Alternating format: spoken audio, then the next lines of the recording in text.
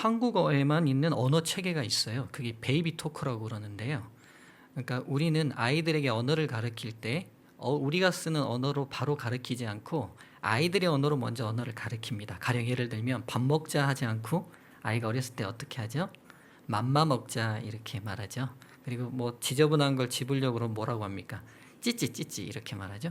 그다음에 오줌 누자 혹은 소변 보자 이렇게 말하지 않고 쉬 하자 이렇게 말하잖아요. 이게 한국어 체계만 있대요. 다른 어떤 언어 체계에도 아이들만을 위한 언어 체계가 없대요. 근데 여러분 가만 생각해 보실 때 이 언어, 이 베이비 토크를 가르칠 때 제일 먼저 하는 말이 있어요. 뭘 것 같아요? 아이가 태어나자마자 바로 쓰는 단어들이 있어요. 까꿍입니다. 까꿍. 그쵸? 까꿍. 근데 왜 우리 어른들이, 왜 우리 조상들이 아이들 새 생명이 태어났을 때 바로 쓰는 언어가 까꿍이었을까요? 제가 생각해 볼 때 험난한 인생 가운데 삶을 행복하게 사는 웃음부터 가르치려고 했던 것 같아요. 어떠신가요? 네, 제 해석입니다. 네, 그래서 여러분 옆에 분들에게 까꿍 한번 해보실래요? 네, 아무리 좋은 강의도 마음밭이 다져져 있지 않으면 아무 소용이 없어요. 근데 우리 조상들이 얼마나 현명하냐면 바로 까꿍하지 않고요. 예비 동작도 둬요. 우르르르르 합니다. 그렇죠? 우르르르르 하면서 까꿍하면 아이들이 웃음을 먼저 배워요. 근데 한국인들이 그러니까 험난한 인생 가운데서도 살아남을 수 있었던 이 유구한 역사의 그 고단함이 우리 조상들께서 가르쳤던 지혜로움이었던 것 같아요. 근데 성장하면서 우리가 뭘 잊어버리죠? 웃음을 잊어버려요. 그렇죠? 오늘 우리는 도대체 세상에 어떤 그리스도인으로 서야 될지, 웃음을 잃어버린 세상 가운데 우리는 진정한 행복과 웃음을 전하는 그리스도인으로 서야 돼야 할지 생각해보는 아침이면 좋겠습니다. 먼저 제가 강의 드리기 전에 두 가지 양해의 말씀을 드릴게요. 오늘 제가 받은 주제가 제자훈련과 소그룹 그리고 청소년 사역입니다. 근데 저는 학자나 이론가가 아닙니다. 배운 걸 목회 현장에 실행해야 될 목회자입니다. 그래서 오늘 제가 제자훈련이나 소그룹이나 청소년 사역을 이론적으로 여러분에게 가르치려고 하지 않습니다. 가르칠 수도 없고 가르치는 한계도 있어서요. 제가 배워온 제자훈련과 소그룹과 청소년 사역을 제 목회 현장에서 어떻게 제가 몸부림하며 실행했는지를 여러분하고 나누려고 합니다. 그러니까 딱딱한 강의가 아니라 한 목사가 얼마나 고군분투했는지, 성도들과 함께 얼마나 웃고 울었는지 함께 마음을 열고 들으시면 좋겠고요. 두 번째는 이 주제 하나하나가요, 여러분 2시간이 아니라 하루 종일 해도 부족할 주제입니다. 김종훈 목사님 이 주제 3가지를 다 하라는 거예요. 그래서 불갑을 이 모든 주제를 포괄적으로 할 수 없고요. 제가 했던 부분들을 좀 집약해서 여러분에게 좀 설명드리려고 합니다. 자, 이제 준비되셨죠? 그리고 또 인터넷으로 사관 생도들 함께 또 참여하고 계실 텐데요. 이제부터 시작하도록 하겠습니다. 무명의 이정환 목사를 잘 모르시는 분들이 있을 것 같아서 우리 이장로님께서 잘 설명해 주셨지만 저는 고향이 전남 여수입니다. 그리고 지금 호남에서 한 21년째 목회 중이고요. 결혼은 했고요. 자녀는 셋입니다. 네. 지방에 있으니까 그렇게 되더라고요. 서울에서 목회하시면 못할 텐데. 네. 오늘 이 자리에 저희 한 사람이 같이 와줘서 제가 출장 갈 때 한 번도 저를 안 따라다녔거든요. 근데 이번에 오면서 아주 그냥 얼마나 자기가 따라가 준다고 저에게 힘을 주는지. 제가 지금 목회하는 교회 정경이고요. 호남 앞에 광주 서중앙교회는 광주광역시 서구에 소재하고 있습니다. 1992년에 광주중앙교회로부터 개척이 돼서 올해 정확히 30년이 됐습니다. 여러분 아마 상무대라고 많이 들어보셨죠? 상무대. 군인들의 후반기 교육을 담당하는 상무대가 있던 바로 그 지역, 그 상무대가 장성으로 옮기면서 그 지역이 전체가 시청이 오고 신도시로 개발이 됐는데 그 지역에 교회가 서 있습니다. 저는 2018년에 목회를 시작해서 현재까지 횟수로 5년째 목회를 하고 있는데요. 이 5년 동안의 기간 제가 소그룹과 제자 훈련을 이 교회 성도들과 함께 어떻게 진행했는지를 하나하나 좀 설명드리면서 은혜를 나누면 좋겠습니다. 제 5년의 기간을 이렇게 세 부분으로 나눌 수 있을 것 같아요. 여러분 아시다시피 코로나라는 특별한 상황이 왔잖아요. 그래서 2018년, 19년, 2년을 코로나 전 기간으로, 그리고 2020년, 2021년을 코로나가 가장 왕성하고 확대됐던 시기, 그리고 이제 올해를 코로나 안정기로 나누어서 크게 보니까요. 5년 기간 동안에 약 2번의 큰 소그룹과 제자 훈련의 변화가 있었더라고요. 어떤 변화들이 있었고 어떤 고민들이 있었는지 이제 제 본격적인 이야기를 시작해 볼게요. 2018년과 19년에 서중앙교회는 어떤 활동들을 하게 됐는지를 먼저 좀 소개하면요. 매년 2회씩 전도회가 계속 진행됐습니다. 그래서 해마다 2018년에는 12명, 19년에는 20명 이상의 침례자가 계속 나오게 됐는데요. 이 전도의 기간 동안에 교인들이 자발적으로 이렇게 동아리를 만들어서 교인들이 일반인들의 필요를 채워주는 동아리 활동들을 이렇게 하게 됐고요. 제가 가니까 이미 9개의 소그룹이 장착돼 있었어요. 그리고 안식일 오후가 마치면 무조건 목장들이 모여요. 그래서 목장들이 목회자와 함께 각 소그룹별로 어떤 상황들이 있는지를 회의합니다. 이게 그러니까 제 오기 전 전임자들이 이미 그런 터전을 닦아 놓으셨더라고요. 그리고 코로나 터지기 전에 지역사회 봉사를 위해서 지역 공원에서 매주 소그룹이 돌아가면서 소그룹별로 하는 거예요. 바로 옆에 공원이 있거든요. 그 공원을 계속 소그룹들이 어린이방까지 다 포함해서 조끼를 입고 계속 청소를 하는 일들을 계속 지속해 오셨더라고요. 그리고 이제 격주로 이 공원에서 저렇게 봉사 텐트를 치고 각 노인들, 요즘 독거 노인들이 많으시고 혼자 사는 노인들이 많으시잖아요. 근데 이 어른들이 불편해 하시는 게 칼을 잘 못 가는 거죠. 그렇죠? 누가 갈아줄 사람도 없고. 그러니까 교인들이 이런 준비를 하셨더라고요. 칼갈이 봉사를 하시는 거예요. 이 기간 동안에. 그리고 차 나누기 봉사도 하시고, 그러면서 이제 칼을 잘 갈아들여서 갈 때는 안에 전도 책자를 넣어서 나눠주는 일들을 주기적으로 비가 오나 눈이 오나 더울 때나 추울 때나 관계없이 이렇게 지속하셨습니다. 그리고 매년 오랜 기간 동안 지역사회를 위해서 채식요리 강습회를 계속했고요. 그래서 지역사회에 보면 우연히 만나보면 그 교회 채식요리 강습회 갔었다는 분들을 제가 여러 분 만났었어요. 그러니까 지속적인 봉사들을 이 교회가 계속하고 있었습니다.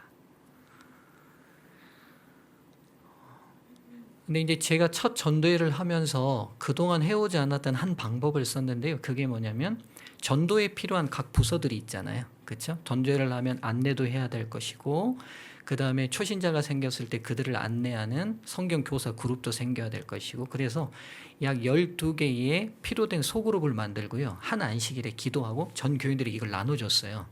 그리고는 자기가 어느 부서에서 파트에서 어느 소그룹에서 봉사하고 싶은지 봉사 그룹을 선택하라고 했습니다. 근데 이제 이게 되게 효과가 있었던 게 자발적으로 시작이 되니까 그 첫 해에 80명이 넘는 성도들이 이 봉사 동아리에 그 전도의 사역팀에 들어오겠다고 다 신청을 하시더라고요. 그래서 시작이 되니까 전도회가 일단 우리 교인들이 80명 정도가 되는 교인들이 먼저 사역팀에 가담을 하니까 이분들이 그 전도회가 있는 날이면 5시면 막 교회를 다 오는 거예요. 그러니까 전도회가 되기 전부터 전도회가 일단 교인들이 모이니까 뜨겁죠. 그래서 전도회를 아주 재밌게 진행하게 됐는데, 아주 중요한 원리가 어떻게든 억지로가 아니라 우리 안에 있는 하나님을 사랑하는 마음을 자발적으로 끌어내는 것들이 소그룹 사역을 진행하는 굉장히 중요한 힘이라는 걸 제가 그때 이제 발견하게 됐습니다. 그렇게 하고 나니까 전도회가 마쳤는데도 교인들 사이에서 어떤 얘기를 하시냐면, 이게 지속되려면 후속 프로그램으로 우리가 자발적인 동아리들을 만들면 좋겠다고 하셔서 산악회나 이런 걸 만드시더라고요. 목사가 시키지 않았는데 교인들이 그렇게 해서. 그리고 이제 여기서 이제 제일 중요한 성과 중에 하나가 초신자들이 오면 성경 보통 다 누가 가르치죠? 그리고 여러분들 의식 속에 누가 가르쳐야 된다고 생각하십니까? 그러시죠? 담임 목사님 하면 서울이나 근교교회들은 부목사님들이 가르쳐야 된다고 생각하는데요. 저는 감사하게도 저희 어머님이 구도자 성경 공부를 아주 잘 가르치시는 집사님이셨어요. 그래서 저는 어떤 어머니를 보고 컸냐면 침례 결심까지를 딱 마무리하고 목사님, 이 구도자가 이미 성경 공부를 다 마치고 침례 결심이 됐으니 침례 베푸시면 됩니다 라는 어머니를 저는 보고 컸어요. 그러다 보니까 제 목회에도 언제나 이상적인 제 목회의 그림은 뭐냐면 목회자가 모든 구도자들을 가르치는 것이 아니라 직접 우리의 성도들께서 구도자들을 가르치고 결심시키는 일들이 돼야 되겠다고 생각을 했어요. 근데 감사하게 서중원교회가 제가 오기 전에 일부 집사님들이 합회에서 진행하는 제자훈련 교육을 받으셨더라고요. 근데 문제는 뭐예요? 교육은 받았는데 누가 없으면 써먹을 수가 없어요. 제자가 없으면 써먹을 수 없잖아요. 그래서 제가 사역팀 중에 성경교사팀을 신청을 받았어요. 누구든 구도자들을 가르쳐보고 싶으신 성도님들이 있으시면 신청하십시오. 그랬더니 합회에서 교육받았던 집사님들이 신청을 하셔서 성경교사팀이 만들어졌어요. 그리고 정말 구도자가 만들어졌을 때 제가 직접 가르치지 않고 이 집사님들이 직접 이분들을 한 분 한 분 맡아서 가르치게 했어요. 이게 지금 굉장히 중요한 시작이 됐습니다. 이 성경교사팀이 나중에 제자훈련팀으로 발전하게 되거든요. 그리고 이제 제가 와서 늘 제 마음속에 제 목회 철학의 가장 중요한 것 중에 하나가 성도들이 직접 예수님과 만나지 않으면 절대로 성장하지 않는다는 거예요. 좋은 설교 굉장히 중요해요. 제가 목회자니까 알아요. 예배 시간에 은혜로운 설교를 듣고 안 듣고가 성도들에게 굉장히 중요합니다. 근데 제 20년의 목회 경험상 그걸로 성도들이 성장하지는 않으시더라고요. 그게 동기부여는 될 수 있어요. 그런데 개인들이 직접 말씀이신 하나님과 만나지 않고는 결코 성장하지 않는다는 걸 제가 발견하고요. 서중원교회 가서부터 개인 제자 훈련의 좋은 프로그램으로 뭘 시행했냐면 독서 주간이라는 주간을 만들었어요. 어떻게든 여러분 아마 이제 제가 목회자로 솔직한 심정으로 얘기하면 성도님들 중에서 이렇게 적극적인 분들이 있으신 반면에 굉장히 소극적인 분들이 있으세요. 근데 목회자의 고민이 뭐냐면 하늘을 이렇게 적극적인 분만 데리고 가고 싶을까요? 내 그늘 아래 있는 울타리 안에 있는 모든 양을 다 데리고 가고 싶을까요? 그건 두 말 하면 입 아픈 일이에요. 맞죠? 제가 그래서 빠지지 않고 하는 기도가 뭐냐면 하나님 제게 맡겨주신 양 어느 누구 하나도 잃어버리지 않게 도와주십시오. 이게 제 기도거든요. 근데 이제 제자훈련 프로그램 이렇게 해봅시다 그러면 적극적인 성도님들은 계속 와요. 근데 다수의 소극적인 성도님들은 계속 참여하지 않습니다. 이게 제 마음의 부담이었어요. 그래서 어떻게 해볼까 하다가 기도하는 중에 전반기 후반기 온 성도들이 집중적으로 하나님의 말씀을 읽는 독서 주간을 만들면 좋겠다. 근데 초신자들이나 소극적인 분들은 힘드시니까 2주만 하자. 2주만. 그래서 서중앙 독서 주간이라는 특별한 프로그램을 만들었어요. 그리고 제일 첫 해에 정로의 계단, 생애의 빛이 13과잖아요. 그러니까 딱 2주 할 수 있잖아요. 그래서 책에 물들다라는 슬로건을 걸고 제가 한 안식일 우리가 하나님의 말씀에 깊이 물들어보는 게 얼마나 중요한지를 설교하고 독서 주간을 시작했어요. 제가 찾아보니까 남아있는 책들이 그때 만들었던 독서 주간 책들이 있더라고요. 그래서 여러분 뭐 도움이 되실지 안 되실지는 모르지만 한번 필요하신 분들은 가져가 보시면 좋겠어요. 그럼 이제 제가 이게 이제 첫 독서 주간에 만든 건데 제가 이제 목사는 제가 보니까 화인여사께서 복음교육자에서 계속 연구하라는 말씀을 많이 하셨는데 제가 별로 공부도 잘하지도 않고 좋아하지도 않거든요. 근데 선지자께서 주신 말씀이니까 뭐 해야 돼요? 순종해야 되잖아요. 그러다 보니까 책을 많이 읽으려고 노력은 했어요. 노력은 하다 보니까 독서법에 대한 책들을 쭉 읽다 보니까 공통적인 꼭 한 가지가 있는 걸 발견했어요. 천재적인 독서가들이 동서양을 막론하고 고금을 막론하고 꼭 했던 일이 있더라고요. 그게 뭐냐면 초록이에요. 즉 책을 읽다가 좋은 글귀를 꼭 자기의 손으로 옮겨 적는 일을 했어요. 동서고금을 막론하고 모든 천재들이. 제가 이걸 깊이 생각해 보니까 우리가 눈으로 읽고 감동은 받으면 문제는 뭐냐면 우리가 현미밥 먹을 때 귀에 박히게 들었던 얘기가 뭡니까? 우리 뉴스타트 할 때. 몇 번씩 씹어라. 예. 여기 뭐 서울 교인도 다 알고 계시네요. 호남 교인도 다 알아요. 100번씩. 또 어떤 교인은 300번 씹으래요. 막 그래가지고 뭐 거의 침이 되게 삼켜라. 뭐 그렇죠? 왜 그렇죠? 음식에 있어서 좋은 걸 먹는 게 중요한 게 아니라 좋은 걸 많이 씹어서 흡수하는 게 훨씬 중요해요. 아시겠어요? 여러분, 이게 이제 제 생각이라는 생각을 전제하고 말씀드립니다. 책을 많이 읽는 게 중요한 게 아니라 100% 흡수해 내느냐가 훨씬 중요해요. 우리가 지금 수없이 많이 성경을 읽어요. 수없이 많은 예언의 신을 읽어요. 근데 우리의 삶이 왜 어떤 변화로 나아가지 못하는 답답함이 있을까요? 이유는 한 가지예요. 어렵게 생각할 거 없어요. 아무리 좋은 거 먹어도 안 씻고 삼키면 그냥 배설돼요. 피가 되고 살이 되지 않습니다.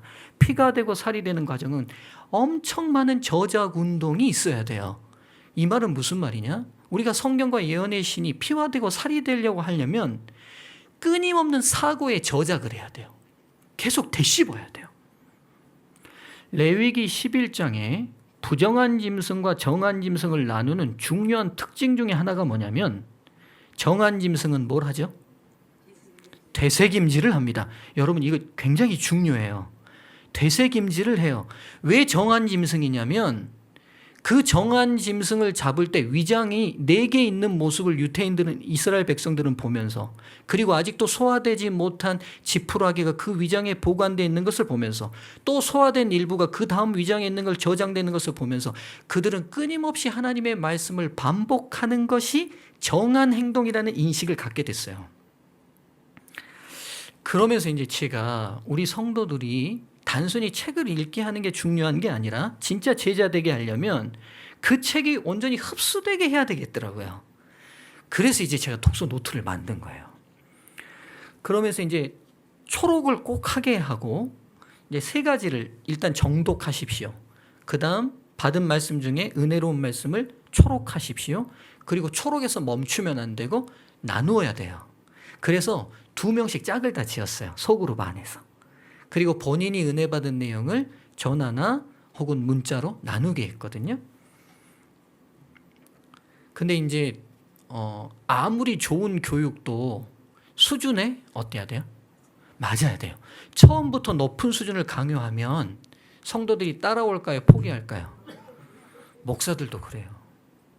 네, 저희들도 교육받을 때 너무 많은 걸 가르치려면 많이 배우면 힘들더라고요. 그래서 초록을 처음부터 모든 걸 쓰게 하면 힘들 것 같아가지고 빈칸을 남겼어요. 좋은 글귀. 그리고 그 중에 한 문장만 좋은 걸 쓰게 했어요. 그리고 기도문을 쓰도록 만들었거든요. 생애빛 했고요. 2018년 후반기 때는 시대의 소망 74장부터 87장을 했어요. 왜냐하면 제가 2주라고 말씀드렸잖아요. 그러니까 2주가 넘지 않는 장을 체크하다 보니까 그렇게 했는데 이 장이 무슨 장면이냐면 예수님 십자가부터 부활 승천하신 장면이에요. 제가 먼저 읽고 너무 은혜로웠어요. 그래서 이 장면을 우리 성도들에게 좀 다 읽혀야겠다 싶어가지고 그때 이제 만든 책은 따로 이렇게 다 책을 만들어요. 시대 소망이 있지만. 왜냐하면 사람은 여러분 성경이 잘 안 읽기 때 한번 해보세요. 새 성경책을 한번 사보세요. 새 성경책. 사람은 육신이 있기 때문에 육신은 새로운 것을 접할 때 마음의 자세가 달라지거든요.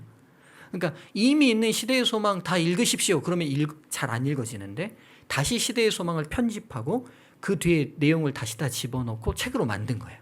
그리고 이걸 나눠주고 다시 밑줄 긋고 읽게 만드니까 성도들이 또 읽으시더라고요. 이렇게 읽었습니다. 19년에는요. 이제 먼저 제자된 사람들의 삶을 적은 전기들, 꺼지지 않는 불, 반내연 목사님의 글, 천인이 엎드러지나 핵소고지 이 3권 중에 한 권씩 택하게 했어요. 그래서 이 기간 동안에는 각자 이제 이 기간 동안에 책이 좀 쉬워 놓으니까 청년들, 어린이들도 많이 읽게 되더라고요.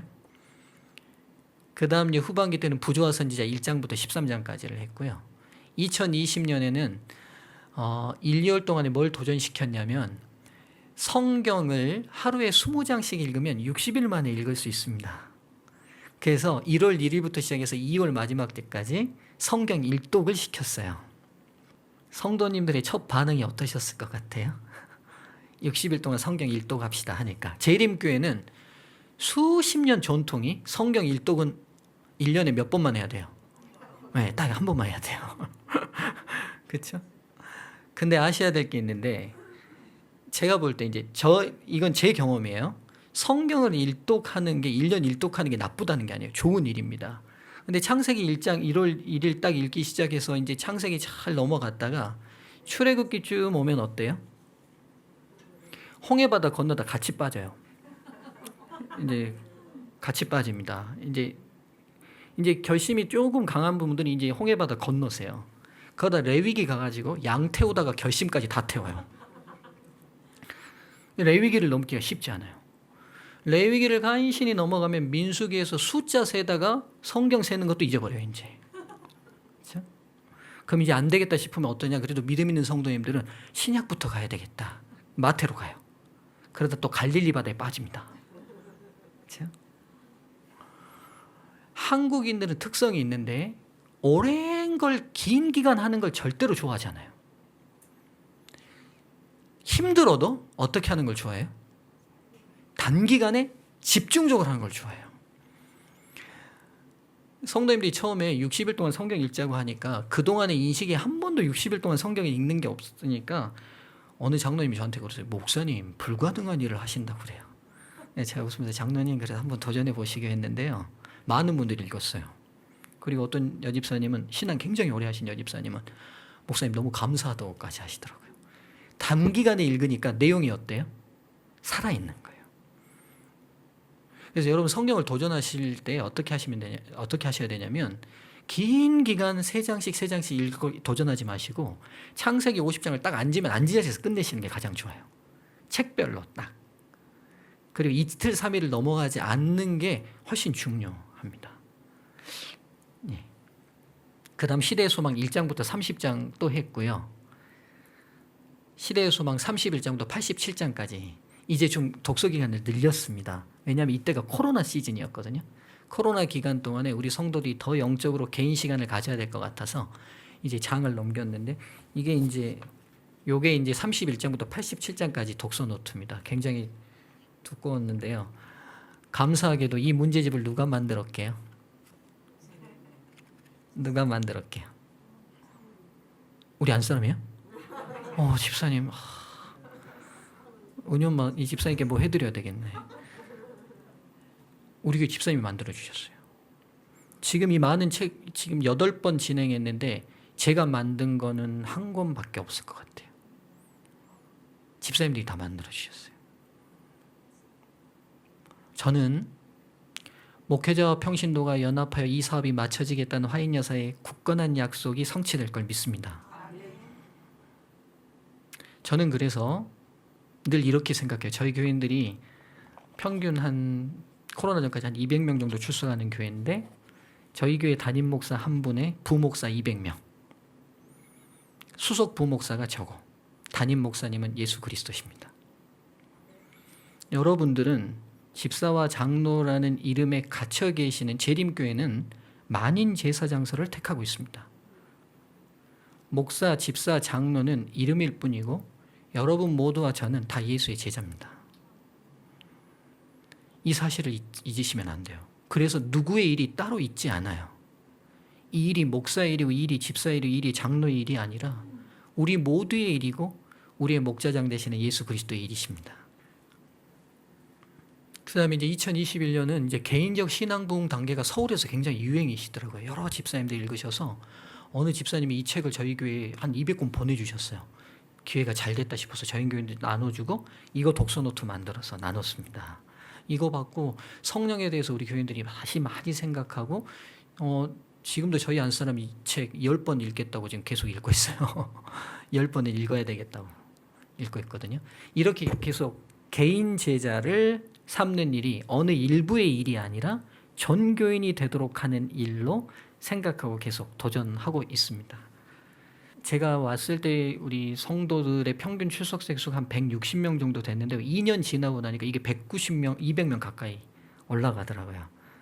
그러니까 뭐 여러분, 근데 제가 이렇게 말씀드리면서 조심스러운 게 절대로 이걸 제가 지금 설명하고 있는 이정환 목사 때문이라고 생각 전혀 안 하시겠지만 만에 하나 절대로 그렇게 생각하지 않으셨으면 좋겠습니다. 누가 왔어도 이 기간에 이렇게 했다면 이렇게 됐을 겁니다. 서중원교회는 되게 연령대 분포가 안정적입니다. 보통 우리 재림교회가 이렇게 삼각형인 경우, 역삼각형 경우가 많은데요. 그래도 우리는 이렇게 좀 들어갈 때 들어가고 나올 때 나오는 구조를 가지고 있는데, 제가 2년이 지나고 보니까 2년 동안에 새로 이사 오거나 새로 오신 성도님들이 몇 분이냐면 72명이시더라고요. 72명. 그러니까 이제 그때 제가 다시 깨달은 게, 성도들이 말씀으로 돌아가면, 각자가 예수의 제자가 되겠다고 결심하면 영혼은 하나님이 주시는 선물임에 틀림없는 것 같아요. 이 기간 동안의 사역을 제가 3가지로 좀 정리해 봤는데, 전임 목회자들의 수고로 소그룹 중심의 사역의 터전이 준비되어 있었습니다. 그러니까 선배들께서 쌓아오신 그 터전이 저는 또 다른 터전을 놨을 뿐이지, 제가 아무것도 없는 곳에 뭘 세운 건 절대로 아니더라고요. 그러니까 모든 목사들이 함께 협력해서 이루어진 결과를, 그 열매를 저는 따 먹었던 것 뿐인 것 같아요. 또 성도 개인이 자발적인 사역팀을 선택하고 운영하는 방식으로 사역을 운영하니까 더 힘이 나는 걸. 그래서 제가 절대로 지키려는 원칙이 있어요. 억지로 시키지 말자. 어떻게든 자발적으로 성도님들이 자원하도록 함께 일해보도록 운영해보자. 근데 여러분, 이게 진짜 어려워요. 어떨 때는 그냥 명령하고 싶을 때가 있어요. 집사님 이것 좀 해요, 이렇게 하고 싶을 때가 있어요. 근데 그렇게 하지 않는 게 하나님의 교회의 터전을 건강하게 만드는 원리라는 건 제가 확신합니다. 그중에 이제 성경교사팀이 어떻게 제자훈련을 발전했는지 제가 앞으로 계속 좀 설명 더 드릴게요. 3번째는 전 성도들의 독서 주간을 통해 개인 제자 훈련이 시작됐고, 그게 효과를 내고 있었던 건 틀림없는 것 같아요. 그러나 이제 코로나가 발생했습니다. 코로나가 발생하면서 더 높은 성장과 더 깊은 성숙을 위한 필요성이 대두됐어요. 왜냐하면 지금까지 해왔던 모든 일들이 다 동시에 멈춰버렸습니다. 그리고 모이지 못하고 함께 활동하지 못하니까 제 스스로 불안한 거예요. 뭐가 불안하냐면, 이러다가 교회가 연약해지는 게 아닐까?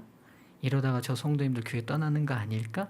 이제가 신앙하시는 분들 어떻게 하지? 이런 불안함이 있으면서 제가 무슨 확신이 없냐면, 우리 집사님은 교회가 1년 닫혀도 변함없이 하나님의 신실한 종으로 서 있을 거야, 신실한 제자로 서 있을 거라는 확신이 안 드는 거예요, 저에게. 그렇다면 제가 그동안 했던 목회가 잘한 걸까요? 못한 걸까요? 그냥 솔직하게 말씀하셔도 돼요. 제가 1년간 이 장로님을 못 뵀는데 이 장로님의 1년간의 신앙이 걱정된다면, 제가 이 장로님과 함께 해서 이 장로님을 인도했던 그 시간은 과연 성공적으로 잘한 목회였습니까? 못한 목회였습니까? 맞아요. 못한 목회였습니다. 이 고민이 저에게 이제 깊이 박히기 시작한 거예요. 제 나름대로 2년 동안 정말 기도하면서 성도들과 함께 재밌고 즐겁게 교회가 잘 성장됐고 소그룹 활동 잘하고 개인 제자 훈련 잘 시키고 했다고 생각했는데, 막상 코로나라는 벽이 딱 부딪히는 순간 제가 뭔가 부족하다는 걸 깨닫게 된 거예요. 제 목회에 뭔가 문제가 있다는 걸 깨닫게 된 거예요. 그러면서 근본적으로 다시 고민하기 시작했어요. 교회가 뭔가. 여러분, 교회가 뭡니까? 교회가 뭐죠?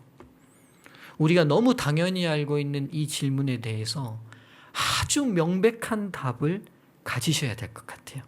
저도 이게 코로나 때 고민이었어요. 교회가 뭐지? 눈에 보이는 가시적 예배가 드려지지 못하고 가시적인 소그룹이 이루어지지 못하고 가시적인 전도 활동이 되지 못하는 순간 교회는 없어진 건가? 하나님의 교회가 그런 곳인가? 이런 근본적 질문이 저에게 들기 시작한 거예요. 성도란 누굴까? 성도가 뭔가? 성도란 어떤 사람인가? 목회란 뭐지? 목회는 어떻게 하는 게 잘하는 거지? 하나님이 기뻐하시는 목회가 뭘까? 이런 세 가지 근본적인 질문들을 하는 제가 깊어지는 시간이 됐던 것 같아요. 물론 성도님들과 함께 고민했던 시간이고요. 그러면서 이 기간 동안에 감사하게 저는 이렇게 의문이 생기면 저도 기도하고 고민하지만 함께 고민하는 여러 성도들과 늘 회의하기를 좋아하거든요. 그래서 저는 여러분들 교회도 그러시겠지만 안교 선교 임원회를 늘 같이 해요. 저희는 재림교회는 안교와 선교부라는 양 날개로 날게 돼 있거든요. 그러니까 어느 한 날개만 잘 날다고 해서 이 날개가 안정적이지 않더라고요. 안교 선교가 늘 함께 협력해야 교회가 건강하더라고요. 그래서 안교 선교 임원회를 늘 같이 하는데 코로나가 터지면서 우리가 이제 그동안 해왔던 모든 방식의 전도회가 다 멈추고 소그룹 활동이 다 멈췄잖아요. 어떻게 해야 될지 함께 기도하면서 고민하며 회의를 시작했어요. 그 회의를 통해서 집사님들이 낸 아이디어예요. 전성도들 온라인 개인 선교 주간을 만들어 봅시다. 교회에 못 모이지만 모든 성도들이 함께 본인의 핸드폰에 있는 구도자들에게 본인의 말씀을 증거하고 전해보는 경험을 가져봅시다. 이거 좋은 아이디어네요. 하고 그럼 이걸 구체적으로 어떻게 교인들이 실행하게 도울까요? 라고 생각해서 이런 리플렛을 만들었어요. 제가 이거 가져와 봤거든요. 이 용지 하나에 이 기간 동안에 우리가 무엇을 해야 되는지, 어떻게 해야 되는지에 대한 자세한 안내들이 기록되어 있어요. 그리고 어떻게 나눠서 함께 기도하는지, 그리고 나면 이제 이게 뒤에 보면 내가 오늘 월요일 하루 동안 어느 누구에게 말씀을 나눴는지를 다 체크하게 돼 있어요. 그리고 이 다 체크하면 소그룹 목장 팀장에게 보고를 해요. 저는 오늘 몇 분에게 이렇게 말씀을 나눴습니다. 그리고 몇 분으로부터 피드백이 들어왔습니다. 그럼 이 목장은 통계를 내요. 그리고 선교회장에게 보고해요. 그럼 선교회장은 저녁에 통계를 다 받아가지고 저에게 알려줘요. 그러면 그 안식일에 이게 카톡란으로 이렇게 다 보고를 받습니다. 그러면 2020년 11월 7일 코로나가 한창 기승이던 그 해에 우리가 인터넷 개인 선교 주간을 통해서 전했던 보고 사항이에요. 10월 31일 안식일에 참가 목장은 11목장이 참가했고 전파자 수는 67명, 그러니까 67명의 교인들이 말씀을 나눈 거예요. 수신자는 302명에게 나눴고요. 영상 조회수가 945회예요. 그러니까 나눈 것보다 더 많이 영상이 됐다는 말은 수신자가 또 어떻게 했다는 거죠? 수신자가 또 전했다는 거예요. 그러니까 이렇게 해가지고 보니까요. 전도회 보통 오프라인 상에서 전도회 하면 구도자들 몇 분 정도 오시나요? 구도자들. 이제 저희 서중학교 예를 들게요. 제가 집사님들에게 물었어요. 우리가 전도하면 보통 구도자들 몇 명이 옵니까? 그러니까 수석 여집사님이 조심스럽게 10손가락 안에 옵니다. 이렇게 말했어요. 중요한 건 구도자가 10손가락 안에 온다는 게 중요한 게 아니라 평생 교회를 다니면서 한 번도 하나님 말씀 듣자고 누구를 인도해 본 경험이 없는 교인들이 다수라는 거예요. 이게 고민이었던 거예요. 예수의 제자라면 해야 될 중요한 사역 중에 하나가 말씀을 뭐 하는 거예요? 전하는 거 아니에요? 근데 우리의 다수의 교인들은 한 번도 전도 집회가 열리면 인도를 못 해본 거예요. 근데 인도를 안 하고 싶어서 안 한 거예요? 노력해도 잘 안 됐던 거예요? 그렇죠. 어려워요. 힘들었던 거예요. 그럼 마음 안에 또 인도하지 못하는 집사님들, 장로님들은 죄책감이 있어요? 없어요? 있죠. 있어요. 근데 이렇게 해보니까 카톡으로 그냥 말씀을 전하면 돼요. 그러니까 한 번도 누군가에게 하나님 말씀 들어보자라고 전하지 못했던 성도들이 참여하기가 쉬운 거예요. 그래서 보통 60명에서 70명의 성도들이 말씀을 다 전해본 거예요. 이게 일단은 영혼이 생기고 안 생기고를 떠나서 제자로서 할 수 있는 첫 발을 떼는 기회가 되더라고요. 2021년이 됐습니다. 이 전도회를 어떻게 한 차원 발전시켜 볼까 고민하다가 회의가 시작됐어요. 그러면서 우리가 구도자들 초청해서 오면 선물 드리잖아요. 온라인상에서도 반응을 보인 분들에게, 피드백을 하신 분들에게 선물을 제가 보내드렸는데, 가만 생각해 보세요. 한국 사회에서 우리가 손님 왔을 때 삼육두유를 하나 드리거나 화장지를 하나 드릴 때 그분들이 너무 감사해 합니까? 아니면 어쩔 수 없이 받아가십니까? 서울 분들은 어쩌실지 모르겠는데 전라도 분들은 너무 감사하지 않습니다. 왜죠? 흔하잖아요. 우리 한국 사회의 수준이 이제는 두유 하나를 주거나 화장지 한 묶음을 주면 감사할 수 있는 수준의 경제 수준을 이미 뛰어넘어 버렸어요. 그런데도 우리는 아직도 구도자들이 오면 어떻게 해요? 10,000원, 20,000원 상당의 선물을 드려요. 이게 이들에게 전혀 감동이 없다는 걸 알았어요. 그래서 이 위원들이 무슨 생각을 했냐면, 이 코로나 시국에 우리의 선교의 대상을 우리 바운더리 안에만 보지 맙시다. 지금 해외에 많은 선교사들이 나가 있는데 그 선교사들을 통해서도 우리의 선교 영역을 넓힐 수 있지 않을까요? 생각하고는 모든 소그룹들이 2021년에 온라인 전도회를 통해서 말씀을 또 나누잖아요. 나누면, 그리고 그 구도자를 위해서 기도하면, 혹 구도자와 함께 식사를 하면 이 모든 것을 다 점수화했어요. 무슨 말씀인지 이해되시죠? 이걸 포인트로 쌓는 거예요. 그리고 이 포인트가 올라가면 이 포인트를 선교부는 돈으로 환산해서 이 소그룹이 보내고 싶은 해외 선교지로 선교비를 보내는 걸로. 이해되시죠? 그러니까 전도회가 우리 교회에서 하는데 그 자금은, 그 선교 자금은 해외가 혜택을 보는 전도회를 경영했어요. 그러면서 이름도 러브코인 팡팡 축제라고 이제 이름을 붙였어요. 이 이름을 제가 소개한 이유가 뭐냐면 집사님들이 만드신 거예요. 그때 비트코인이 한참 유행이었거든요. 세상은 비트코인, 우리는 러브코인, 이렇게 하면서 러브코인 팡팡 축제라고 하면서 각 소그룹이 보내고 싶은 선교사들 이름을 자기들이 회의에서 정했어요. 그리고 난 다음에 이제 이런 표를 나눠주면, 이 표가 기도회, 구도자를 위해서 기도회 하면 28명을 했어요. 그럼 곱하기 500원이에요. 그렇죠? 그 다음에 문자를 보냈어요. 88회를 보냈어요. 이 소그룹은. 그럼 곱하기 500원 또 하는 거예요. 전화전도, 구도자하고 10번 전화했어요. 그럼 10회 또 500원. 만남은 없었어요. 기타, 이런 모든 전도 활동을 다 점수화하는 거예요. 그리고 이제 교회 앞에다가 이런 여러분 연말 연시 되면 서울 시내 한복판에 뭐가 세워집니까? 사랑의 언덕에 세워지잖아요. 그 아이디어를 그대로 차용해서 교회 앞에다가 각 소그룹별로 온도계를 붙였어요. 그리고는 선교 활동이 매주 있을 때마다 이 온도계를 계속 이렇게 빨간 걸로 붙여나갔는데, 어떤 반들은 이미 초과돼가지고, 근데 이제 교회 선교장님이 정해져 있으니까 각 소그룹마다 최고선은 20만 원으로 정해놨거든요.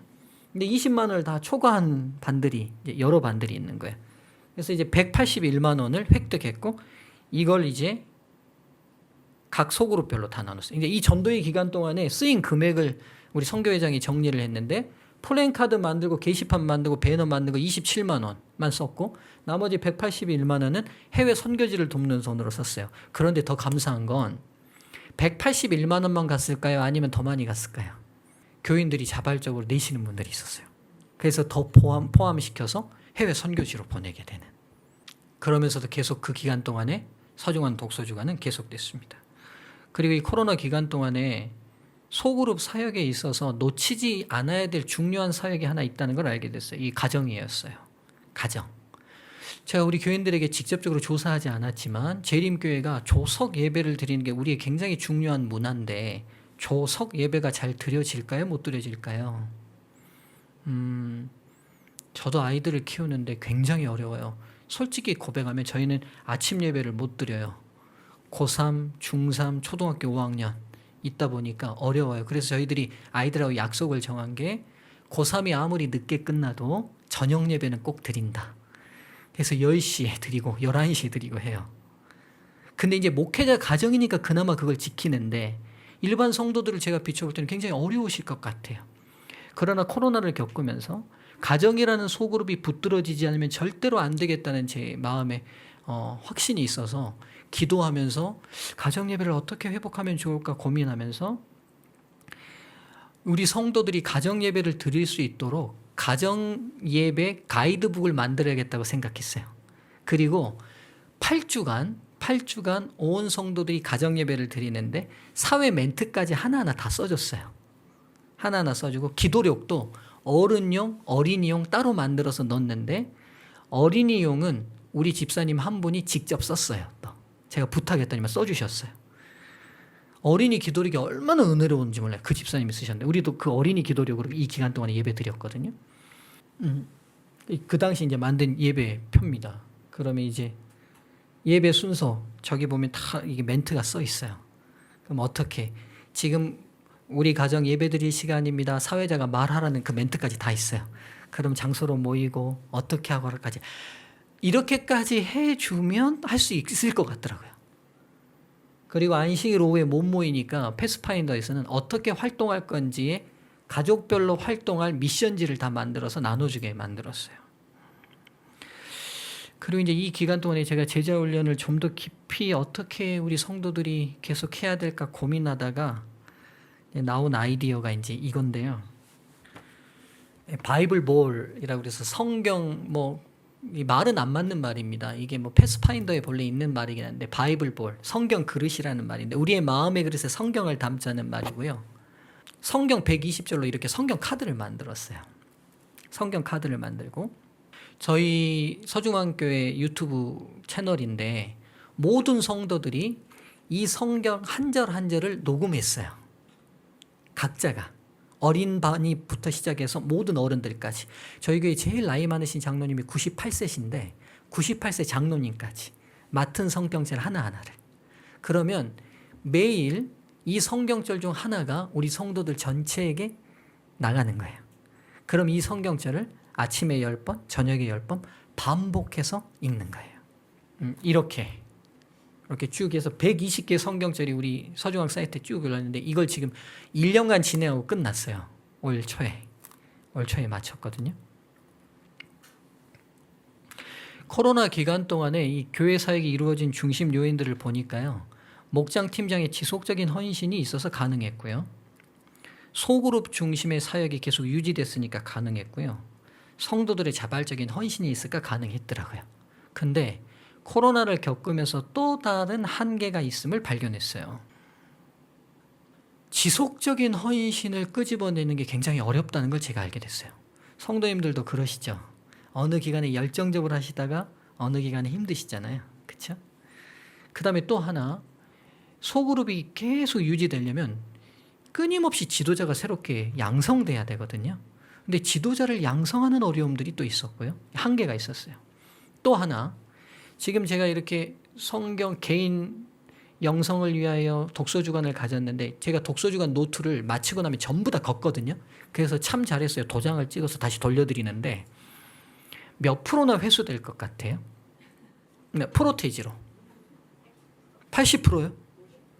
50%요? 여러분의 교회는 성령이 이미 임하셨네요. 제가 보니까 80% 모이면 25%에서 30%를 넘지 않더라고요. 그 말은 무슨 말이냐면 더 많은 성도들의 저변이 확대된다 안 된다? 안 된다는 거예요. 그러니까 80의 20 법칙이라는 법칙이 있어요. 어떤 공동체든 20%의 적극적인 분들이 있고 80%의 소극적인 분들이 있어요. 이 20%의 적극적인 분들이 80%와 함께 이끌고 나가는데 30% 정도 10%가 늘어나기는 해도 이 이상의 수가 늘어나지 않는다는 말은 저변이 확대되지 않고 있다는 거예요. 그렇죠? 이게 저 하나의 또 다른 벽이 됐어요. 그러니까 열심히 따라오시는 분들은 은혜 받고 좋지만 문제는 제가 다시 말씀드렸던 것처럼 이 저변을 확대해서 온 성도들이 함께 가야 되는데 확대되지 않더라는 거죠. 이게 제 숙제였습니다. 그리고 5번째인 2022년을 맞이하게 됐습니다. 와닿는 글귀가 있었거든요. 이분들이 이제 자기들을 자성하면서 자기들을 반성하면서 이런 글을 썼더라고요.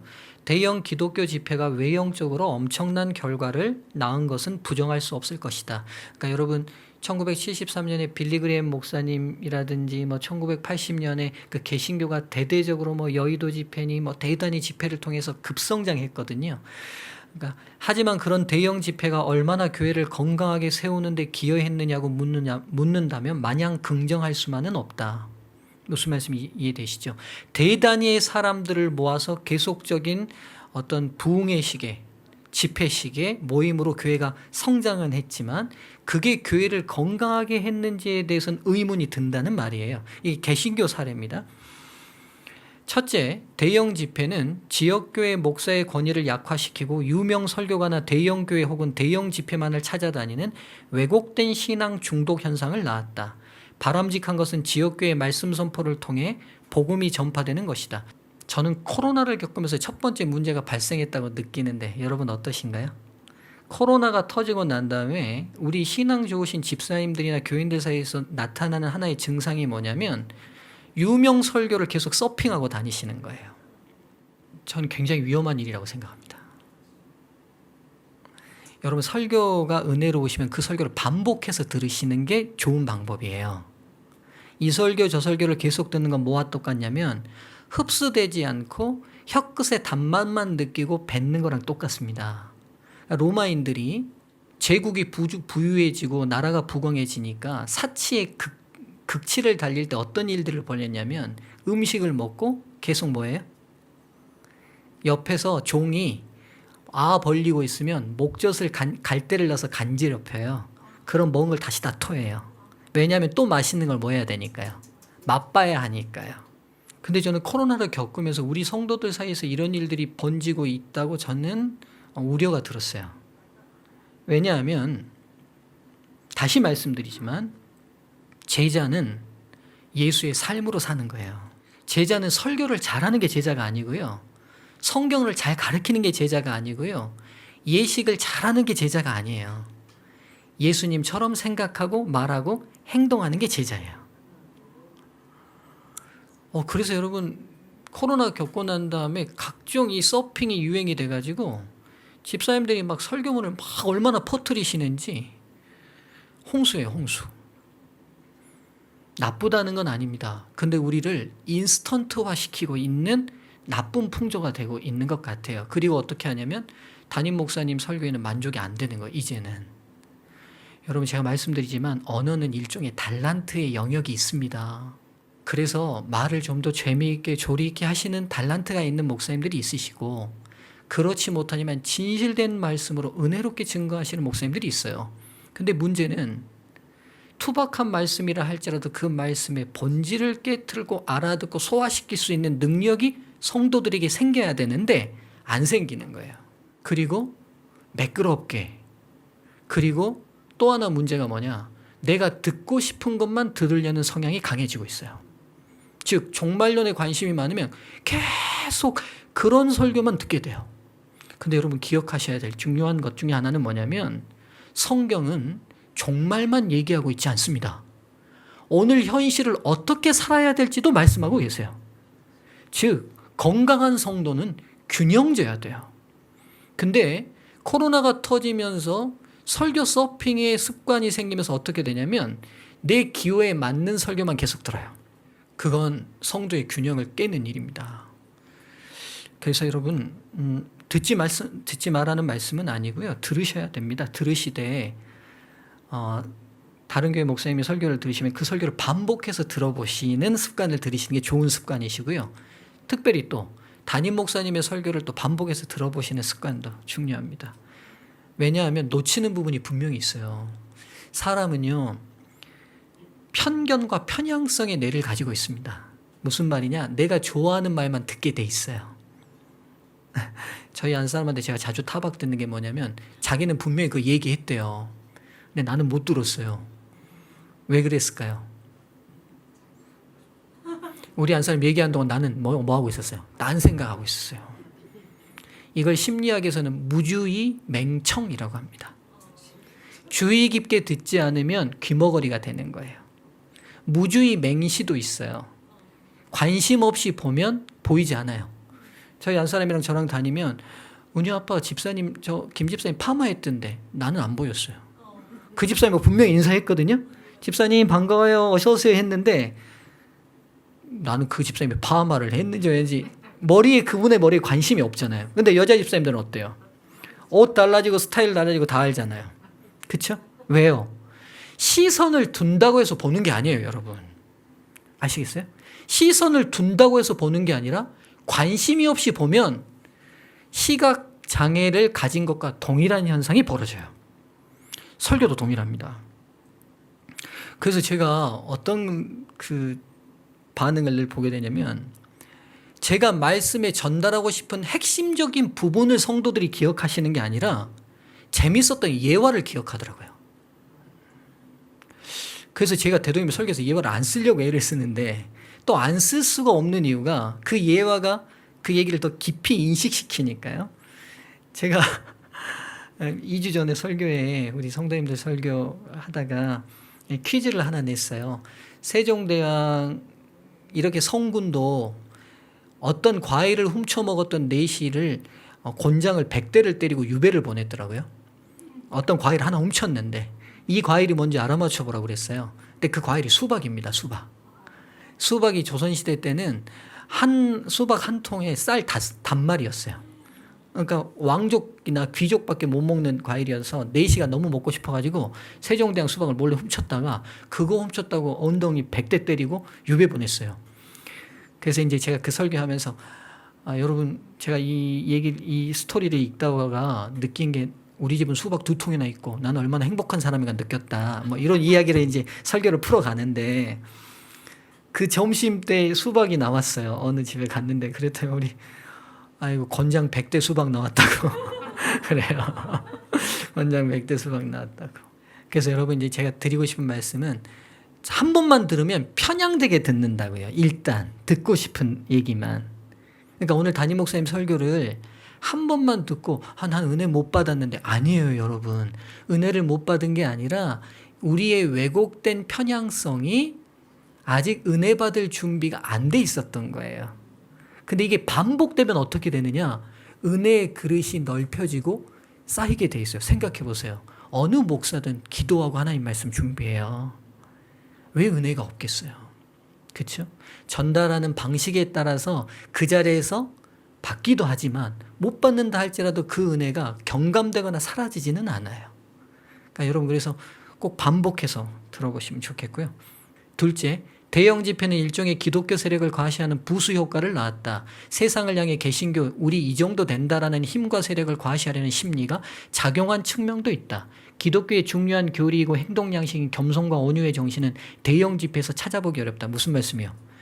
프랭카드 붙이고 체육관에서 하면서 우리 이렇게 힘 있어. 개신교가 과시했다는 거예요. 올림픽 스타디움 빌리고. 근데 여러분 우리는 자유롭나요? 우리 재림교회는 자유롭냐고요? 저는 아니라고 생각하거든요. 우리에게도 이렇게 과시하고 싶은 우리 교회 이런 교회야. 우리 이렇게 능력이 있어.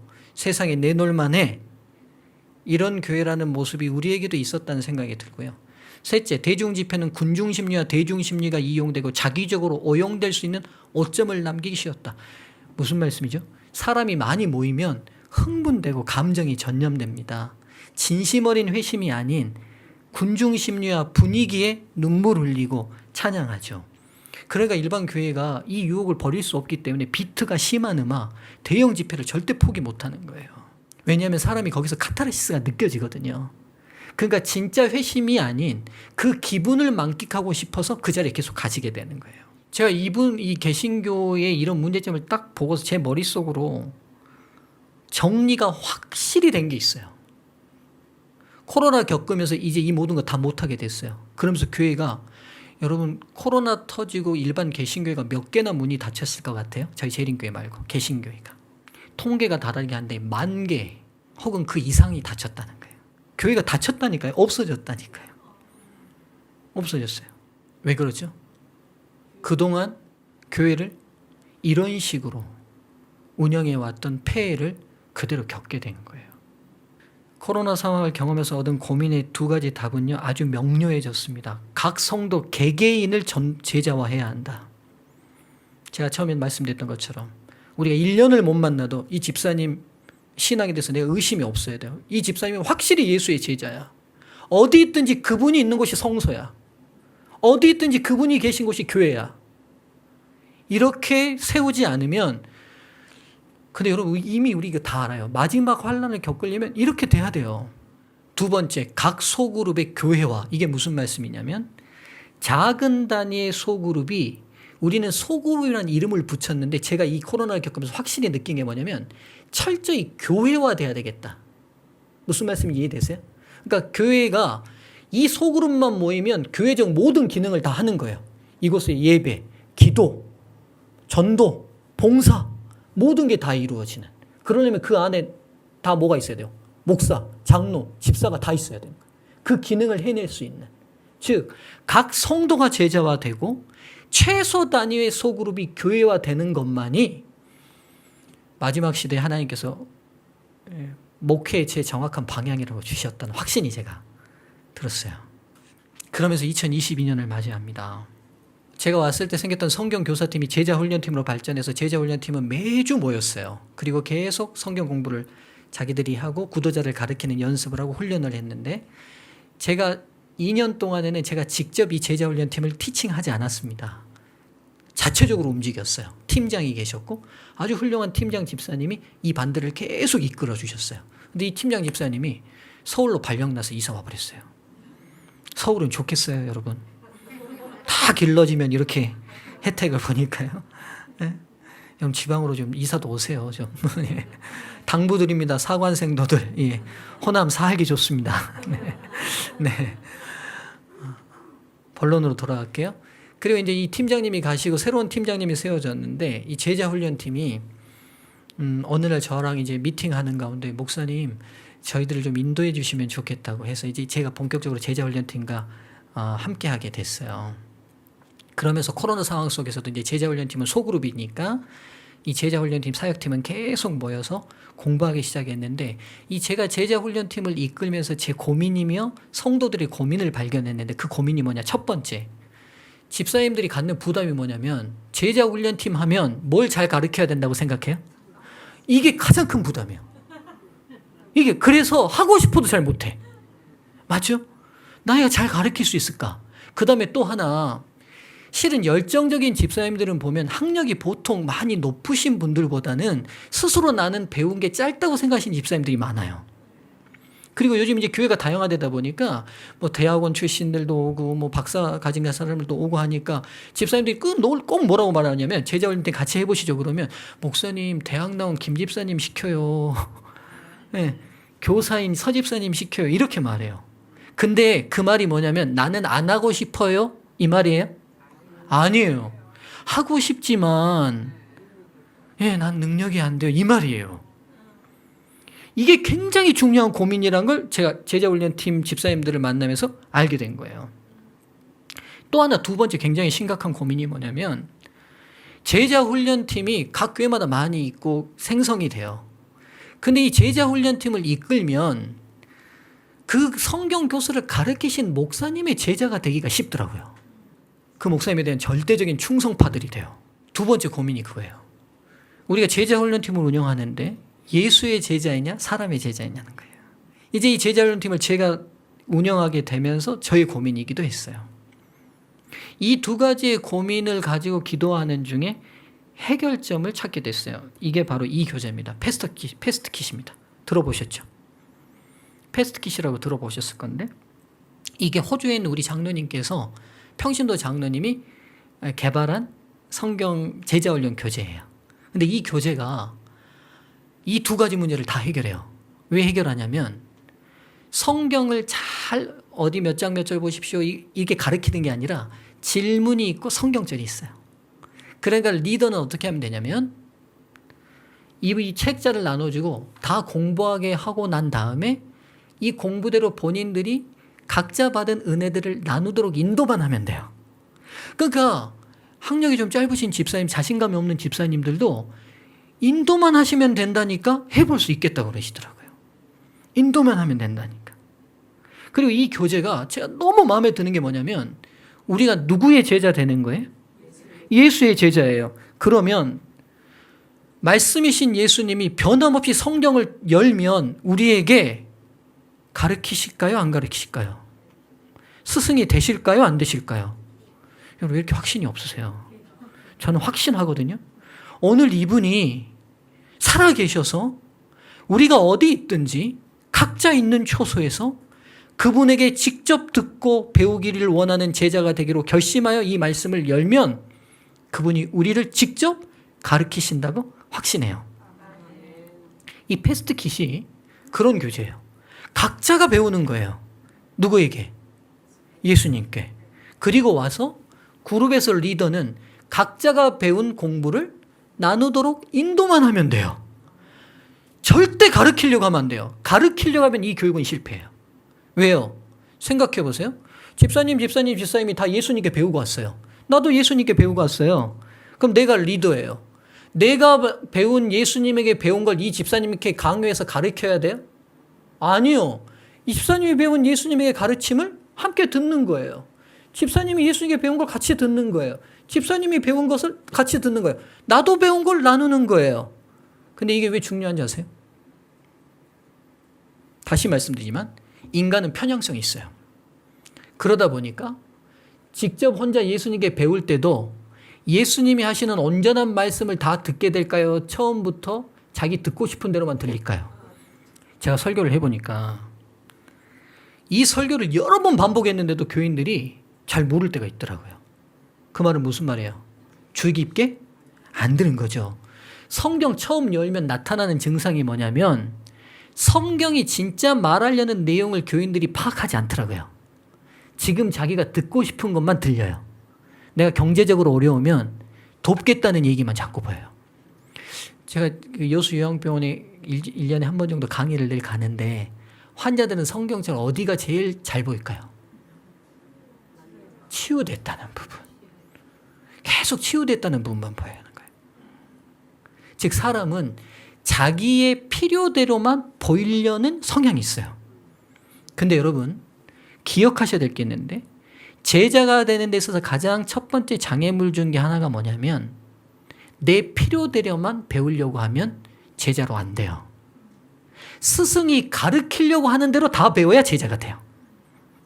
근데 왜 나눠야 되냐면 나누기 시작하면 내가 편향되게 배워왔던 그 부분이 다른 집사님들의 배움을 통하여 교정되는 시간이 있어요. 제가 직접 이 제자훈련반을 운영해 보니까 그래요. 집사님들이 뭐라고 그러시냐면 다른 집사님들의 고백을 통해 내 생각이 바뀐다는 거예요. 그래서 여러분 꼭 나누는 일들을 하셔야 돼요. 나누는 일들을. 절대로 산내에 들어가서 혼자 성경 펴면 더 견고하게 잘못된 방향으로 굳어요. 왜 교회를 만드시고 그룹을 만드셨는지를 철저히 이해하셔야 돼요.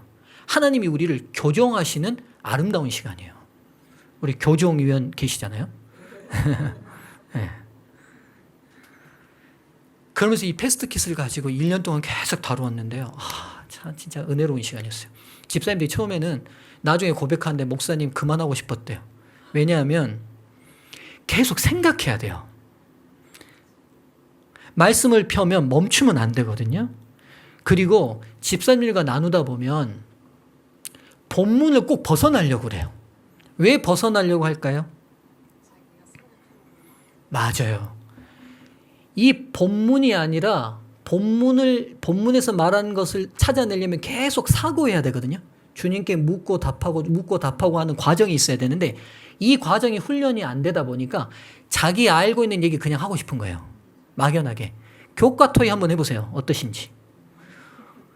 막 삼천포로 막 미국 하와이로 돌아서 막 사돈네 팔촌까지 아파트 한 동 다 돌고 와요. 막. 왜 그러냐? 본문을 깊이 사고하는 훈련이 안 돼서 그래요. 그 말은 무슨 말이냐? 하나님께서 하실 말씀을 온전히 다 듣는 훈련이 안 되고 편향되게 듣는 대로 사고가 굳어져 있어서 그래요. 이게 깨지면 말씀을 보는 기쁨을 얻게 돼요. 그게 집사님들 사이에서 발견이 되는 거예요. 이 패스트킷 3단계로 가면 성경 본문만 주어집니다. 본문만 주어지고요. 내용이 없어요. 그 내용을 찾아야 되거든요. 관찰하고 통찰하고 적용하고 원칙을 찾아내요. 처음에는 제가 해보니까 집사님들이요 굉장히 힘들어하세요. 본문만 보고 이걸 찾아내려고 하니까. 근데요 8단계 9단계를 넘어가니까 제가 막 보람이 느껴지는데 집사님들이 설교자인 저보다도 성경을 깊이 보기 시작하는 거예요. 그러면서 집사님들이 달라진 게 뭐냐? 기도가 달라졌대요. 기도가 어떻게 달라졌냐면 확장되더래요. 무슨 말이냐? 이 모임에 우리 성도들도 참여시켜야겠다는 기도로 확 달라지더래요. 이렇게 해야 되겠다. 이렇게 되면서 이제 2022년 새롭게 시작된 게 아니라 또 다른 한 단계 업그레이드가 이제 2단계입니다.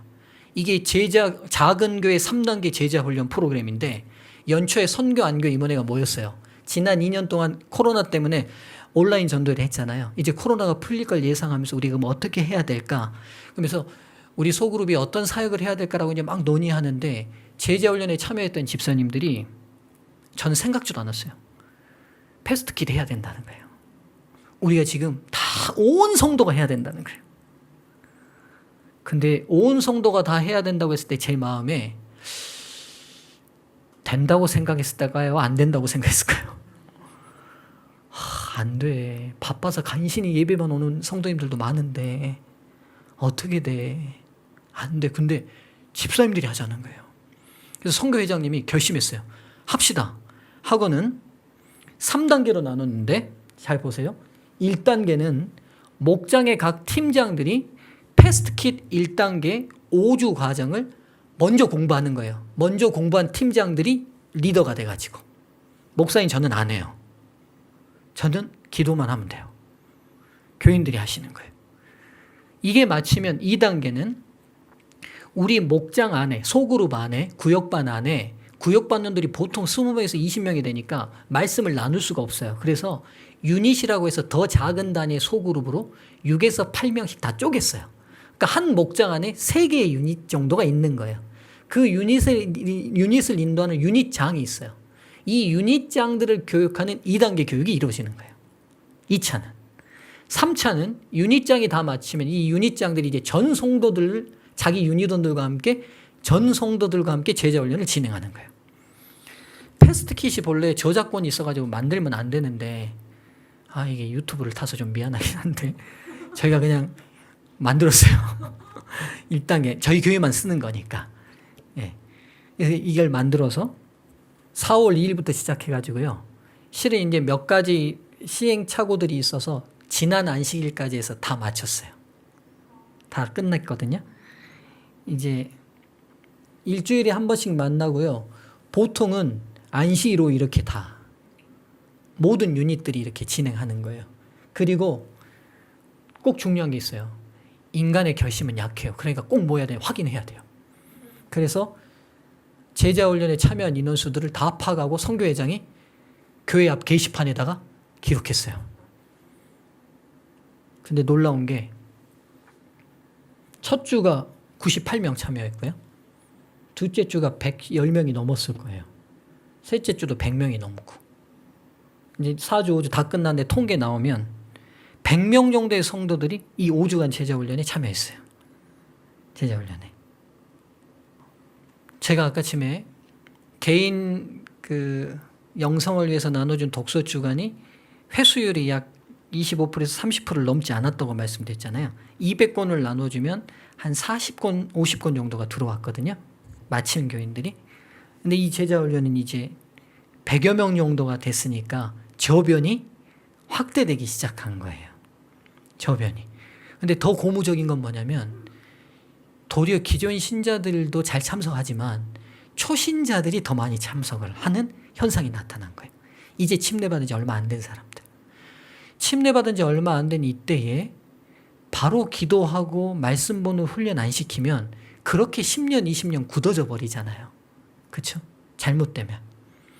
그러니까 이 기회가 그런 한계를 넘는 기회가 됐던 것 같아요. 한계를 넘어설 수 있는 몇 주요 요인이 있었는데요. 쉼없이 진행된 제자훈련 과정 때문이었던 것 같아요. 실은 저변이 왜 확대됐을까? 저 때문이 아니라 제자 훈련을 해야겠다고 성도들을 설득해내는 제자 훈련팀이 있었기 때문이에요. 그리고 그들을 위해서 기도하는 집사님들이. 그러니까 그 한 집사님은 뭐라고 그러냐면 성도들만 보면 저분하고 어떻게 하면 제자 훈련할까 이 생각만 든다는 거예요. 그러니까 어떨 때는 제 월급을 드려야겠다는 생각이 제가 들었어요. 목사보다 더 목사 같은 생각을 하잖아요. 그렇잖아요. 두 번째는 양성된 제자들의 헌신이 있었기 때문이에요. 세 번째는 무엇보다도 그들의 기도가 확장됐기 때문인 것 같아요. 질문 하나 드려볼게요. 이제 제 5년간의 자충우돌 부족한 경험들을 통해서 우리 몇 가지만 정리해 보시게요. 예수님께서 이 땅에 오셔서 가장 많이 시간을 투자한 일이 무엇이셨을 것 같습니까? 병자 치유, 대중설교, 제자 양성, 가정신방, 선교활동, 사회봉사. 예, 지금까지 강의를 듣고도 다른 답을 하시는 분들은 네, 성령의 은혜가 많이 필요하신 분입니다. 네, 뭘 것 같아요? 제자 양성이에요. 틀림없어요. 예수님께서 이 땅에서 가장 많이 시간을 쓰신 게 뭐냐면 제자를 양성하는 일이었어요. 왜 그럴까요? 이유는 한 가지입니다. 자, 보세요. 제자를 양성해야 병자 치유, 예수님이 떠나고도 계속 해요, 안 해요? 하죠. 제자를 양성해야 예수님 떠나서도 대중설교 해요, 안 해요? 하죠. 제자를 양성해야 예수님 떠나셔도 가정신방 해지죠. 제자를 양성해야 예수님이 떠나셔도 선교활동 되죠. 제자를 양성해야 예수님이 떠나셔도 사회봉사가 되잖아요. 그렇다면 다시 질문 드릴게요. 교회가 단 한 가지 일만 해야 된다. 지금 하는 수백 가지 일을 다 멈추고 그 일이 무엇이어야 된다고 생각하십니까? 제자를 양성하는 일입니다. 제가 우리 유닛장 팀장들 교육할 때 이 얘기를 확실하게 했어요.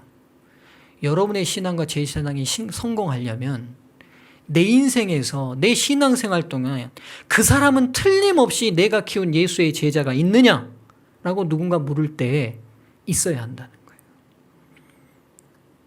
우리가 제가 어렸을 때 귀에 못이 박히게 들은 이야기가 하늘나라 가면 면류관에 자기가 인도한 사람들을 하나님께서 별로 이렇게 붙여주신다. 재림교인으로 크셨던 분들 다 그 얘기 들으셨을 거예요. 그 말을 다시 생각해 보면 이 땅에서 제자 양성했느냐? 하늘에서도 표식된다잖아요.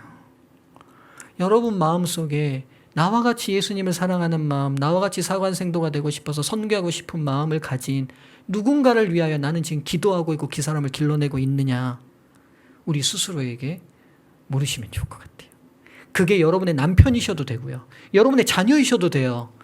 그리고 여러분의 누군가의 집사님이셔도 돼요. 그러나 분명히 한 가지만은 잊지 않으셨으면 좋겠어요. 그 한 사람을 키우시면 좋겠어요. 그 한 사람을.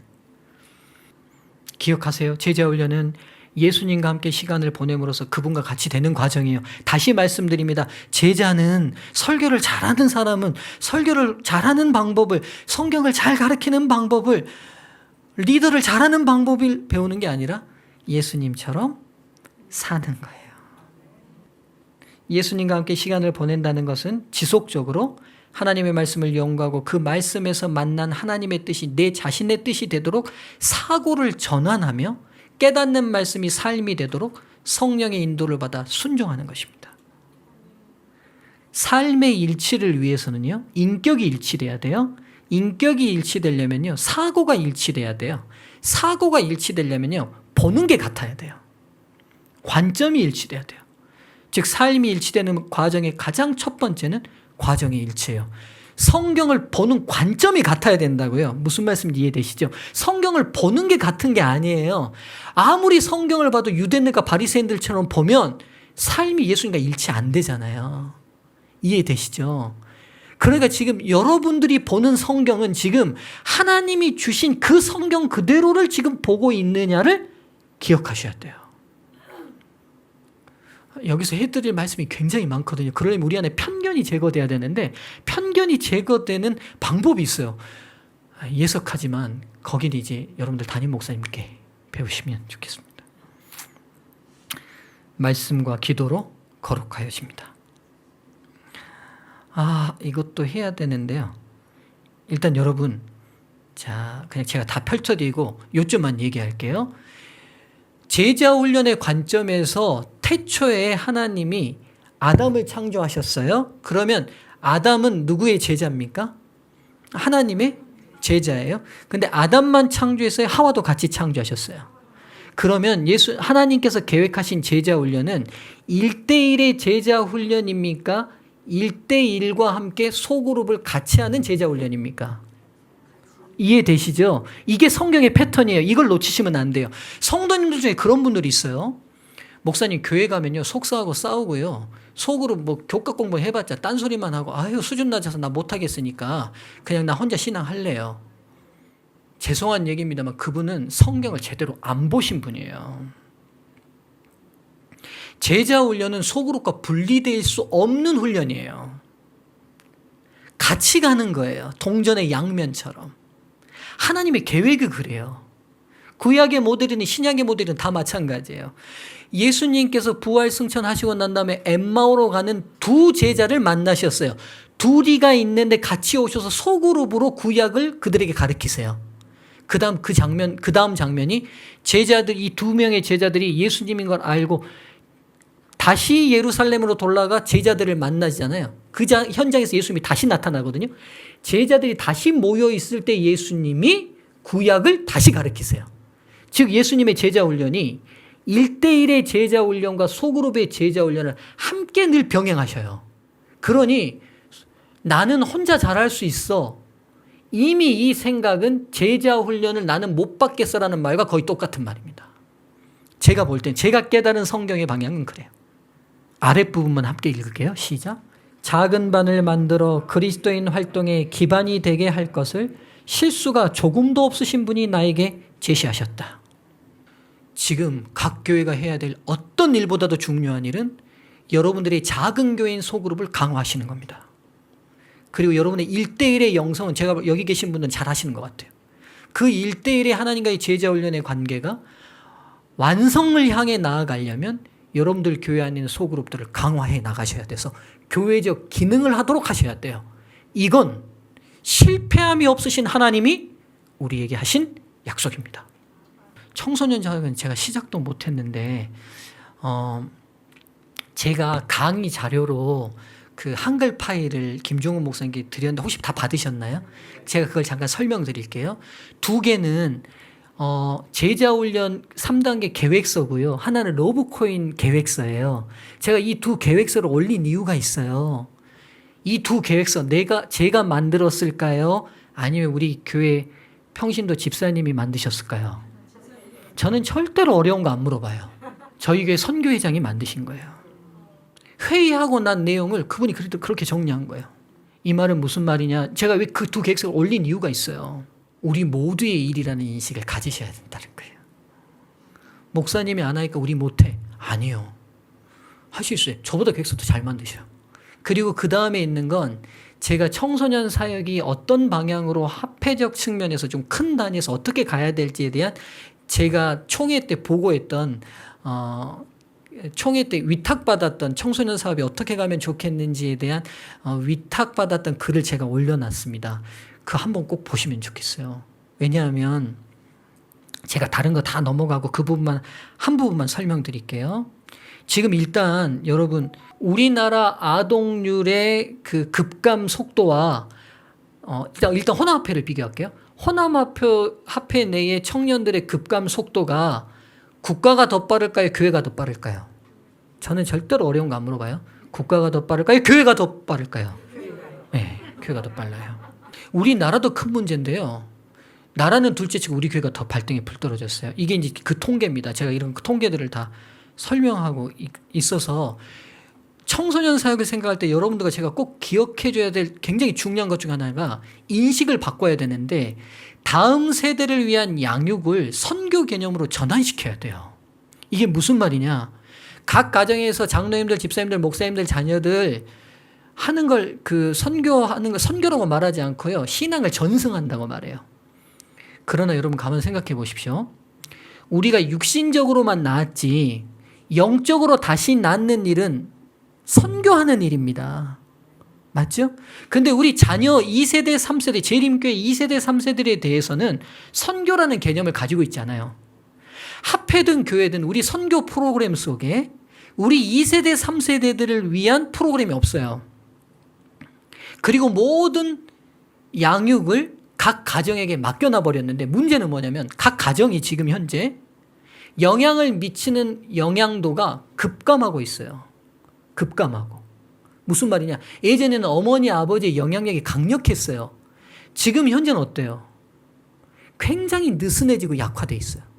그러니까 아무리 가정에서 교육을 잘 시키려고 신앙교육을 잘 지키려고 해도 어느 순간 어느 빈틈이 생기면 이 아이들이 이탈하는 거예요. 이 자리에 계시는 집사님들, 장로님들 중에서도 그런 가슴 아픔이 있으신 성도님들 계실 거예요. 저희 교회도 마찬가지. 그래서 교단의 선교 개념이 신앙 전승을 선교 개념으로 집어넣어야 돼요. 이게 지금 이제 한 통계가 미국에 있는 개신교파 중에 아미시파입니다. 아미시파는 무슨 파냐면요. 17세기, 18세기 양식 그대로 지금도 살아가요. 미국 안에서. 다큐멘터리에 여러 번 나왔을 거예요. 이 사람들은. 관광지로도 개발돼 있어서 마차 타고 다니고 전기 안 쓰고 자녀 낳는 대로 그냥 주신 대로 다 낳고 수염 안 자르고 옛날처럼 농사 그대로 짓는 아미시파예요. 개신교파거든요. 이들이 유럽에서 핍박받다가 미국으로 넘어왔는데요. 여러분 이 사람들은 선교 개념이 없어요. 다른 사람을 선교한다는 개념이 없습니다. 오직 자녀들이 그대로 아미시파로 크는데 그들도 20살 정도가 되면요 선택하게 해요. 이 공동체 안에 남아서 아미시파로 남을 것인지 아니면 대도시로 나갈 건지 선택하게 하는데도 이 아미시파의 성장 곡선을 한번 보실래요? 어때요? 2020년에 16만 명이었는데요. 20년이 지나고 나니까 35만이 됐어요. 도리어. 이 복잡한 현대사회 속에 이런 문명을 가지고 살아가는데도 됐어요. 단순 비교할 수는 없어요. 이들이 하는 것은 오직 자기 자녀들을 자기들의 방식대로 길러내고 선택하게 하는데 애들이 많은 수가 아미시파로 남아요. 그냥. 부모님들의 그 불편한 삶을 따라요. 선교의 개념이 달라져야 돼요. 우리 2세, 3세들은 양육하는 게 아니에요, 여러분. 그들에게도 회심이 필요해요. 회심의 영역은 선교의 영역이에요. 온 교회가, 온 교단이 힘을 합쳐서 우리 젊은 세대들에게 복음을 전해야 돼요. 우리 자녀들에게. 이게 다 넘어갈게요. 그 보고서에 보면 자세히 설명되어 있고요. 이거는 잠깐만 설명드릴게요. 제가 청소년 부장을 할 때 굉장히 중요한 문제에 봉착이 됐어요. 첫 회계를 마쳤을 때. 우리 청년들을 잘 길러놔도 청년들의 성장기 몇 기점을 잘 넘지 못하면 교회를 대거 이탈해요. 첫 번째, 대학 가서. 두 번째, 남자들은 군대 가서. 남녀 공통적으로 직업을 얻으면서 그 다음 결혼을 하면서. 즉 생애의 중요한 진로의 기로마다 아주 열정적인 청년들이나 학생들이 잘 교육받았다도 그때 진로가 잘못 결정되면 직업 찾아서 이탈하고 결혼 찾아서 이탈해요. 1968년도에 호남합회 대회 시절에 청소년 부장이 김기곤 목사님이셨어요. 그때 그분이 총회 보고서를 타이핑으로 해놓으셨는데 제가 청소년 부장 시절에 그 보고서를 읽었어요. 근데 그 보고서에 뭐라고 돼 있냐면 그 당시 호남합회 청년들이 8,000명이더라고요. 8,000명이에요. 8,000명. 근데 김기곤 목사님이 거기다 뭐라 썼냐면 청년들이 지금은 이렇게 많은 것 같지만 결혼 문제, 직업 문제로 계속 이탈한다. 교단이 이 문제를 연구해야 된다라고 썼어요. 근데 제가 청소년 부장을 하던 시절이 2012년, 13년부터 했나요? 했거든요. 그러니까 몇 년 지났어요? 64년부터 50년 정도 지났어요. 40년 정도 지났거든요.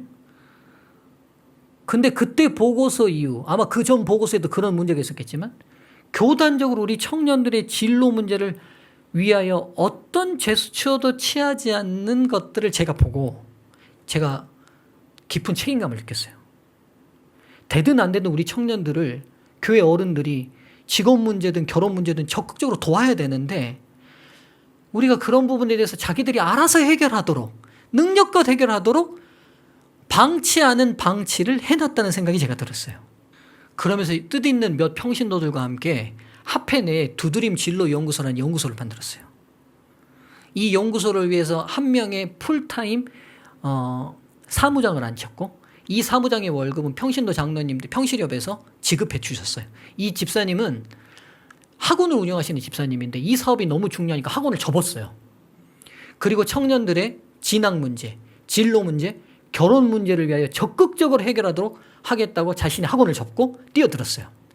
그 뒤에 보면 이제 제가 드린 그 보고서 제일 뒤에 보면 이 두드림 진로 연구소의 강령과 조직 이렇게 쭉 돼 있어요. 하겠다는 사역들이. 그리고 제일 먼저 했던 일이 뭐냐? 호남 합회 내의 성도들의 직업 전수조사를 시작했어요. 왜 필요할까요? 기존 신자들이 직업을 가지고 신앙을 하고 있다는 것은 이 직업으로는 우리의 신앙을 지킬 수 있다는 성공 사례잖아요.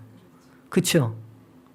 그럼 이 직업 안에 우리 청소년들 중에 이런 직업을 갖고 싶겠다는 청소년들이 있겠어요, 없겠어요? 근데 어느 누구도 미리 이 길을 대해서 알려주고 이렇게 준비하라고 해주면 얼마나 좋겠어요. 그렇죠? 그래서 이 집사님이 호남앞에 전체 교회들을 돌아다니면서 전수조사를 시작했어요. 이게 이제 분포도입니다. 쭉. 이게요, 별거 아닌 것 같지만 제가 옆에서 지켜보니까 6개월 내내 발품 팔아서 장로님들, 집사님들 만나가면서 한 거예요. 그리고는 첫 번째 했던 게 뭐냐? 직업 백서를 출판했어요. 이 책입니다. 이게 정말 이 집사님의 얼마나 이 피땀이 노린 거지. 그러면 이제 공무원, 보건진료소장 있어요. 이분이 있고 뭐 연봉까지 다 있고 이분이 어떻게 일을 치게 되는지 준비하려면 뭘 해야 되는지에 대한 인터뷰 내용들이 다 있어요. 그리고 이분들에게 이 집사님이 뭘 받았냐면 재능 기부를 받았어요. 누군가 이 직업을 하겠다는 청년이 있으면 직접 자기가 이 청년들을 돕겠다는. 그리고 이런 세미나도 열고요. 근데 애석하게 지금 현재는 이 연구소가 활동을 멈추고 있습니다. 왜냐하면 이게 회기가 바뀌니까 적극적으로 계속 자금이든 뭐든 지원이 돼야 되는데 여러 또 다른 사업에 바쁘다 보니까 이게 멈추게 됐어요. 왜냐하면 청소년 사업은 당장 눈에 안 보이잖아요. 안 보이니까요.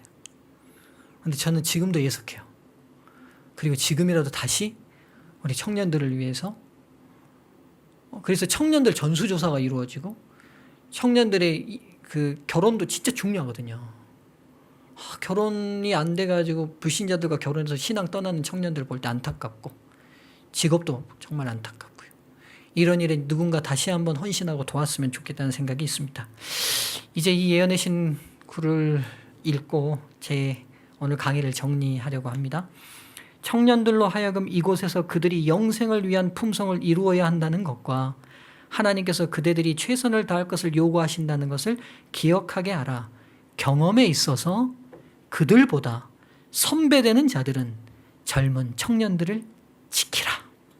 이 말씀이 언제나 제 마음에 해결되지 않는 울림으로 있어요. 청년들을 지키라. 오늘 강의를 마치겠습니다.